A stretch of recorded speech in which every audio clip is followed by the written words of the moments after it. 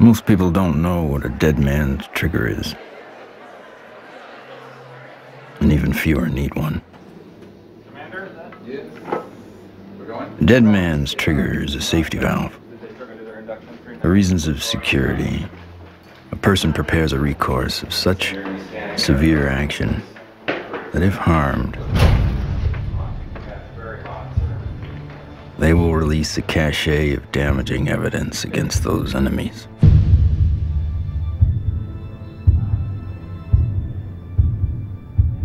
Given his situation, Dr. Stephen Greer is one of those rare men.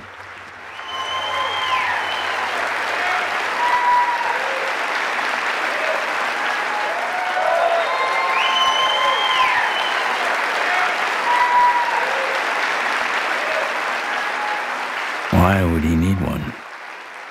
He's not the first person to push the disclosure of a corrupt military-industrial agenda. In the councils of government, we must guard against the acquisition of unwarranted influence, whether sought or unsought, by the military-industrial complex. In his final public speech, a farewell address, no less, in a time when every second on TV was priceless, United States President Dwight D. Eisenhower decided not to brag about his victory in the Korean War. Instead, he cashed in all his chips to warn this nation of a hidden enemy. We have been compelled to create a permanent armaments industry of vast proportions. The total influence, economic, political, even spiritual, is felt in every city, every state house, every office of the federal government. We recognize the imperative need for this development, yet we must not fail to comprehend its grave implications. When I was with Lawrence Rockefeller at his ranch in 1993, he turned to me and he said, "The implications of this are so vast and so profound that no aspect of life on earth will be unchanged by its disclosure." I said, "Yes, Lawrence, that's why it's been kept secret. It's not because it's trivial, it's because the implications are so profound." So there have been attempts to bring this information out for over 60 years. And here we sit in 2012 with the world still burning oil and gas and coal, when we have had technologies, sciences, and all the information we need to have had a completely new civilization. What Eisenhower warned us about over 60 years ago, according to Steve Greer, has long become truth in Washington, D.C. The most music, Q107, driving home with the Spearman. Hello, what are people all over D.C. saying about all this money we are giving? And why is Washington, D.C. booming? Because the rest of the country is sending their money here. I know, isn't it beautiful through the trees? My name's Ted Loader. I've been working with CSETI program and Dr. Greer for 15 years. Cool, huh? Yeah. One always wonders if the public really knew what was going on with government covert programs and how much money has been put into it, you know, hundreds of billions of dollars. I think the public would be a little annoyed. Thomas Jefferson believed all men have the right to life, liberty, and the pursuit of happiness. The government they formed would serve to secure those rights. But when corporations or other specialized groups of men become more powerful than those who govern, our security is at stake. Thomas Jefferson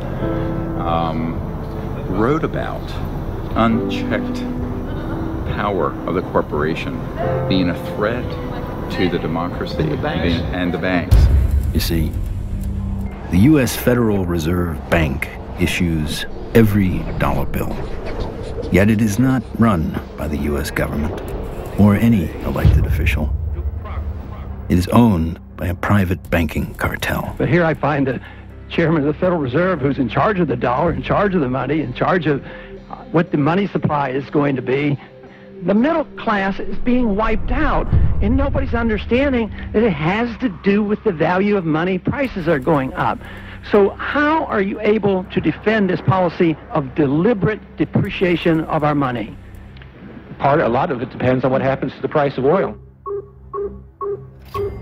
The four horsemen, or families of banking who own and run the Federal Reserve, also run the four largest oil companies. Oil is also used to make and run machinery and current mechanical technology. Of course, there's one industry that needs these more than anyone else: the military-industrial complex. You begin to get into this very scary scenario that has to do with the human condition of the proclivity to accumulate vast amounts of power around a handful of people.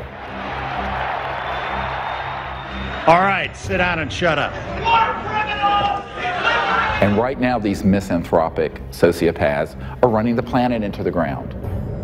When Congress or whatever else, or budget directors say, well, we've lost $100 billion in black program, what does the public do? What can the public do? We can complain to our congressmen, but our congressmen can't get any information. With lobbyists, interest groups, campaign funding, the economic powers that be have learned to control the political sphere.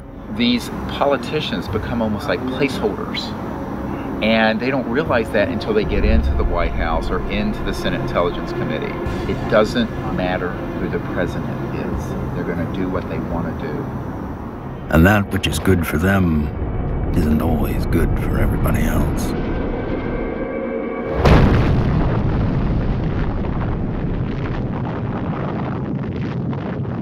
From 1945 to 1998, 2,053 nuclear bombs exploded on this planet. The United States detonated over half of them. Now I am become death, the destroyer of worlds. When the first nuclear bomb was exploded in Trinity, Robert Oppenheimer, one of the founding fathers of the nuclear age, said, "We have done this before."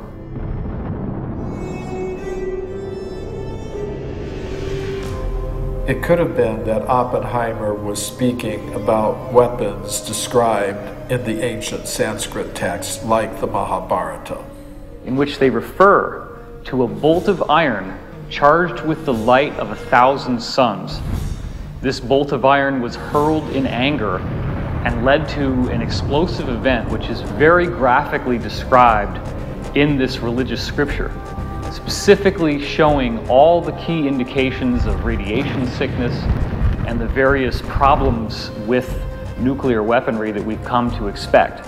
When we started detonating thermonuclear weapons, atomic weapons, and developing these sort of destructive technologies, the civilizations that have been watching this planet for millennia said, oh my God, these people are going way off the reservation. They are now an existential threat to themselves, but also to other planets potentially.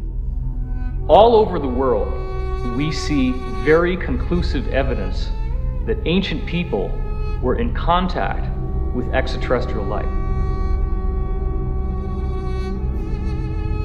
The Japanese said that their civilization was given to them by a people they called the Dogu, who came from what they described as Anemono Torebune, which translates as bird boat universe, meaning flying boats from the universe. The ancient Sanskrit writings of India have elaborate descriptions of vimanas, or flying craft. These texts are thousands of years old. They predate any conception that we have of spacecraft or aircraft. But evidence is not just found in ancient texts. It is also captured in our ancestors' art, as if it was plainly obvious that ET vehicles appeared in ancient skies.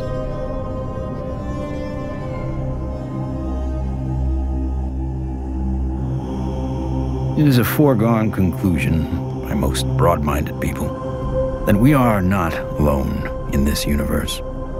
The question is, how close are they?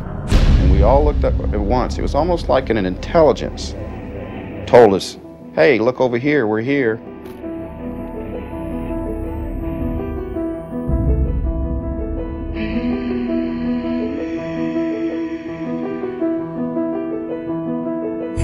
We saw 3 red lights in a triangle almost directly overhead.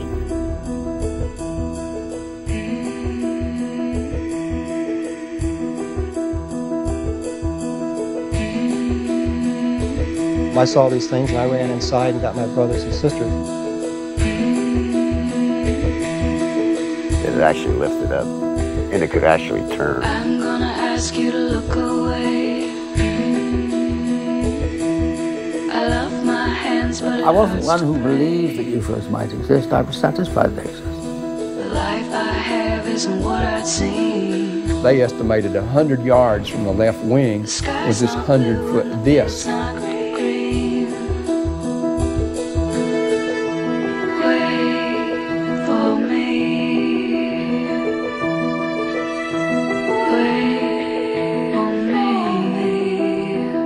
A lot of the astronauts are told to keep it quiet, and they're good Americans too. They develop the film from the moon, everything that's done by NASA.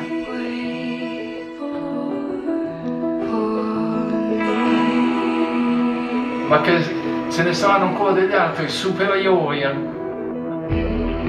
No!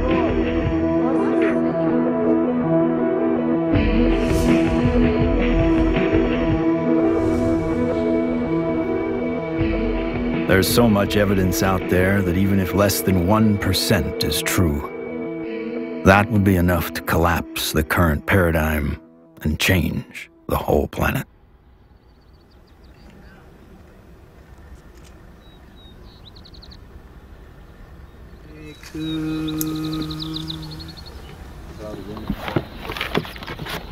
This is our signature tones that we broadcast over a small walkie-talkie. They were recorded in the crop circle. What happens is the extraterrestrials, they come into the area where we vector them in with the signature tones that we broadcast. Then it enables them to home in and get a real good fix on where the site is while we're setting up.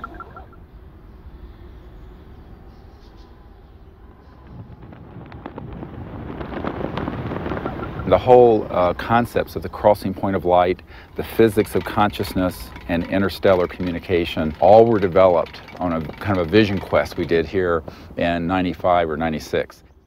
Astronomer J. Allen Hynek developed a scale to identify the types of human ET encounters. From his original 3 categories, a 4th, more controversial, has been added, CE4.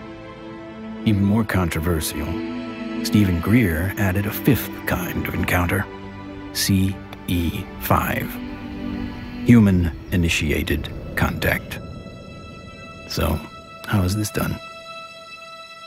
Given Schrodinger's idea that the number of all minds in the universe is 1, in order to make this type of contact, a human could potentially access that single inner consciousness through intense meditation and then visualize his location down through the Milky Way to the planet Earth to wherever he sits under the stars. In theory, then, any extraterrestrial passing by would be able to hear the broadcast and know exactly where to go, if they choose to do so. It's interesting how many people have never been out in a place like this where they can see the whole Milky Way galaxy. Most people who come for a week, it alters their life. There's meditation techniques, there's remote viewing techniques, and once you start learning these processes and refining them, then you can make contact more quickly, more easily, and be more of an asset to the group. Checking to be sure that there's no source from anyone else, so that when we do start having electromagnetic signals through this, we know that it's a legitimate source. My name's Emery Smith. I've been with CSETI for approximately 3 years. Getting the baseline reading from us. My duties consist of a couple things. I am Dr. Greer's head security detail. I also am their photographer. I operate anywhere from 2 to 6 cameras at one time. Yeah, that's our craft. Goes over the mountains in this direction. Many of the craft that are coming in are transdimensional, and the way I understand it, not visible to the human eye. And that's where this new technology, the night vision, that's where that's coming into play. And with the advent of new technology that's out there, it becomes easier and easier for us to capture these beings and these celestial objects on film. After you do the night vision, it has that green hue, of course. And after a while, when you get back to real life, you're thinking, why isn't everything green? This can't be reality. I want to show an early one from Gulf Breeze from 1992. We went down there, and one of the fun things that happened is that I had about 40, 50 people. Let's go out on the beach. And we didn't have good cameras then, but you'll get the feeling of how exciting it was. Have all these people, and 1, and then 2, and then 3, and then 4 ET craft materialize right in the sky. There it goes. 1, 2, 3. And look, there's 4. There's 4. There's 4. We have a confirmed CE5. Holy damn hot shit. Dog. Thank you. All right. So the point, the point is, it's fun.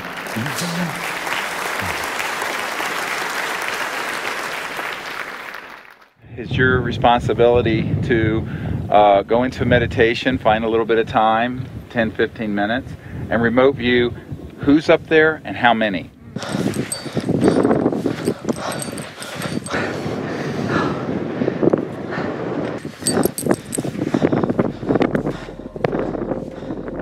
I can attest to the fact that real phenomenon happens here. I really feel that his CE5 protocols are based on a spiritual kind of positive contact, and I think that that is an excellent model for any kind of communication, whether it be on Earth, in the United Nations or wherever, but in this particular field it's with cosmic cultures. And we use consciousness, meditation, visualization, remote viewing, certain tones, and we do it in a group when we can, or even as individuals. It's just been this series of unbelievable events that are amplified by our meditation. It enforces this communication between us and the ETs, and it's so interactive. I could feel everything, I could hear all the sounds just right there. Perfect. And then this being the little larval one comes up, and we had this hug, and I shared the joy in it, and I'm like just thanking it for this experience. And let's do what we can to feel as if it would feel that this is perfectly normal and natural. Oh, sure. And that, this is... Relax and get in that flow consciousness, exactly. So I was jarred by our group getting tripped out and in that kind of, I was startled by some of the ways that our group was being, and I was going, and then there was moments where I was like, wow, I can only imagine how a visitor might feel. The ETs pick up on your intentions, and if you're really out there just to learn and really want to communicate with these extraterrestrials, well, it's going to happen. Avahanam Narayanam Padma Bhavam Vashishtam Shaktim Chatat Putra Parasharam Cha Yasam Shukam Golda Param Mahantam Govinda Yogindra Matashashisham. And we ask these extraterrestrial civilizations to join us as they begin to learn of us, to help us, and to understand us, even as we endeavor to understand them and welcome them here to this beautiful planet. Namaste. Oh my God, another beautiful, stunning, absolutely stunning. Not an airplane.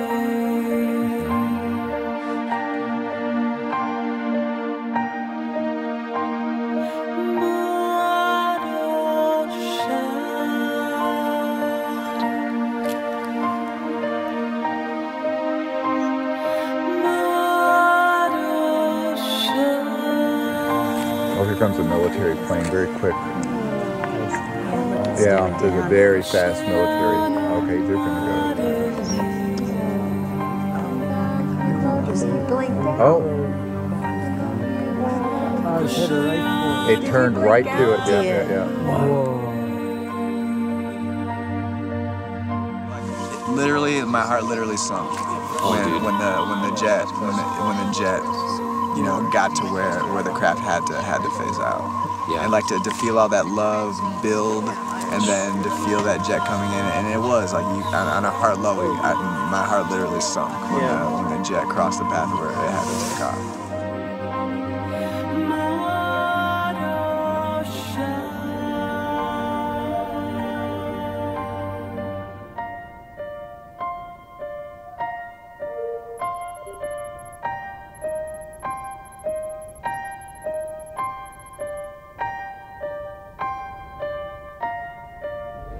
So in the camera, that's what you got. You got like this light traveling, and you can see it's not like a satellite where it's got like a path.